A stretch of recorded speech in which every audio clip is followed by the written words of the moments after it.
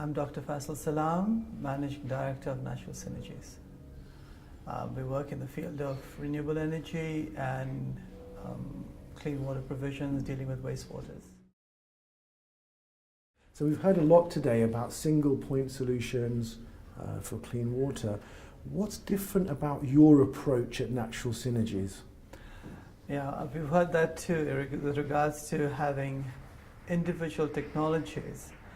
But what you need to have is a closed loop solution. And the closed loop solution must integrate the energy requirements with the various technologies that you're proposing. Okay, so when you look at cleaning wastewaters containing fecal matter, etc., loaded with pathogens, etc., what you need to do is, it's not just going to go away. You need to input energy into it and clean it up, whether it's manually or whether there's a whole engineering solution that is provided. The engineering solution must be a renewable, sustainable energy solution. Well, we have developed a new type of anaerobic digester. We are at demonstrator scale, and that would automatically lead to sterilization of a large proportion of the pathogens that are inherent in wastewaters. Because that would produce biogas, but would provide the necessary energy for any processes downstream of that. This is what you mean by closed loop? It's a closed loop. So we can take the wastewaters which have been treated, converted into biogas. We can then take the output of the digester, which is digested with the carbon and hydrogen removed, so that we've got the biogas. We can generate electricity and heat to drive the systems downstream. And we can then take that digested, which is the output of the digester, into a dewatering system and produce clean water. So in a closed loop, you take a waste material, you generate energy, a sustainable energy. There's no energy input. That drives the entire plant. And then you take the output of that energy plant and dewater it so that you have clean water and fertilizer. There is no waste. This is a closed loop system. It's a closed loop system. So, in essence, you've actually got a multi-sectorial approach within your technology. You're looking at different aspects. You call it closed loop, but you're addressing the energy issue. You're addressing the waste that comes out of that. You're addressing the whole thing holistically. Yes, I mean, when I say closed loop, yeah, it is a holistic approach because it has to be, because where you are actually going to implement this in a developing country, you need to be able to utilize whatever raw materials that you've got available to you and not look for external sources of materials to come through. It needs to stand by on its own. It's a standalone system. Yeah. So, I mean, let's just put that into the framework of the SDGs for a second.